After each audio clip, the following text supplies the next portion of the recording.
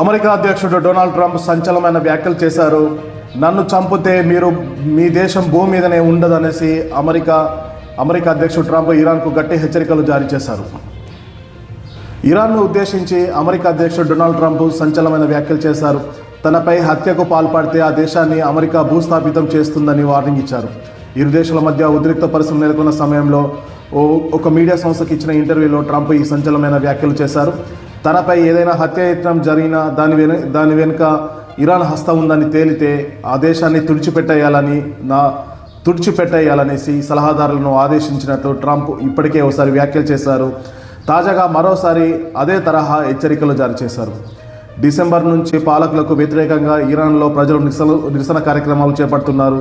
దీంతో తమ దేశంలో నెలకొన్న ఆందోళన వెనకాల అమెరికా అధ్యక్షుడు ట్రంప్ కారణమని Iran supreme leader Ayatollah Ali Khamenei పలుమార్లు వెల్లడించిన సంగతి తెలిసిందే.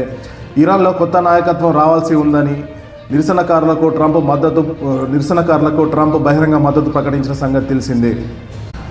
దీంతో తమ దేశంలో నెలకొన్న ఆందోళనల వెనకాల అమెరికా అధ్యక్షుడే కారణమని Iran supreme leader Ayatollah Ali Khamenei ఇప్పటికే బహిరంగానే ప్రకటించారు.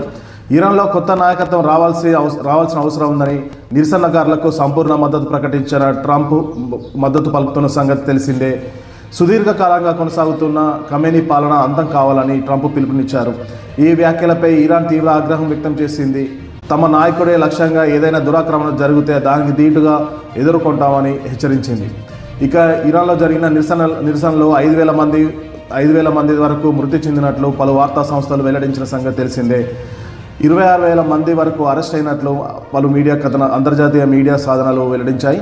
ఈ మరణాలకు అమెరికానే కారణమని ఖమేనీ ఆరోపించారు.